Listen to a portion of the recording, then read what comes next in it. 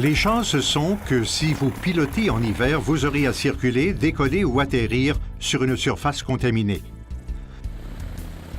Une surface est contaminée lorsqu'elle est recouverte d'eau, de glace, de neige fondue ou de givre.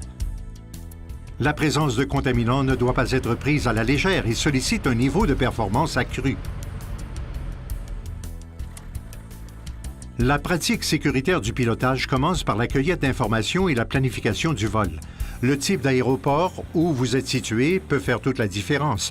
De préférence, choisissez un aérodrome qui adhère aux normes de l'OACI qui fournit le coefficient canadien de frottement sur piste où l'on déplaie les contaminants rapidement. Le CRFI, fourni par les NOTAM d'aérodromes, et le tableau des limites de vent de travers du CFS sont deux sources de référence utiles qui vous aideront à prendre une décision.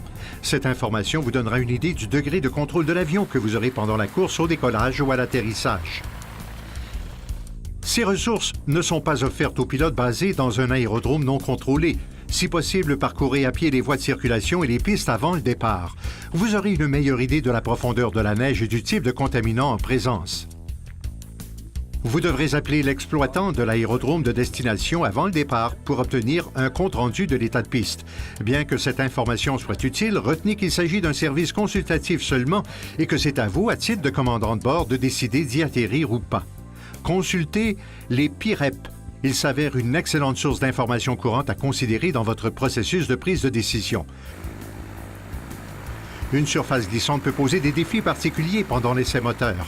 Si les roues reposent sur une surface glacée lorsque la puissance est appliquée, l'avion risque de se déplacer ou d'entrer en collision avec un autre aéronef ou un obstacle. De préférence, effectuez l'essai moteur sur une portion dénudée du pavement, surtout à la noirceur, lorsqu'il est difficile de s'assurer que l'on est stationnaire. Déplacez-vous lentement lorsque vous circulez sur une surface glissante. Par vent fort, l'aéronef voudra tourner vent debout. Ce problème est souvent aggravé par la vitesse et peut compromettre le contrôle directionnel de l'aéronef. À cet effet, il importe d'établir la bonne combinaison d'ailerons et de couvernes de profondeur conformément au manuel de l'aéronef. Cela vous aidera à mieux contrôler votre direction au sol, surtout à faible vitesse. Les bancs de neige sont toujours une source de soucis pour le pilote de petit aéronef. Les ailes se projettent à bonne distance du fuselage. Soyez aux aguets lors de vos déplacements au sol et placez votre aéronef bien au centre en relation aux côtés de la voie de circulation et de la piste. Un aéronef en mouvement peut subir des dommages considérables s'il frappe un banc de neige. Par temps froid, évitez autant que possible d'appliquer les freins durant la circulation au sol. La neige mouillée accumulée sur le système de freinage fondra sous l'effet de la chaleur générée par les freins. Après le décollage, elle risque de geler à nouveau, verrouillant du coup les roues. À l'atterrissage, le pilote se retrouve dans la situation où il a peu ou aucun contrôle de l'aéronef durant le roulage au sol. Soyez vigilant lorsque vous visitez un aérodrome pour la première fois. À bien des endroits, on ôte la neige et l'entasse sur les côtés de la piste. Cela ne pose pas de difficulté si vous atterrissez sur l'axe de piste, mais si vous décidez de ne pas atterrir sur la ligne axiale et si vous dérivez à droite ou à gauche, les bancs de neige peuvent poser des dangers. Finalement, tenez compte des véhicules de déneigement. Il est préférable d'attendre qu'ils aient terminé le déblayage avant de décoller. Décollage qui sera plus facile du reste.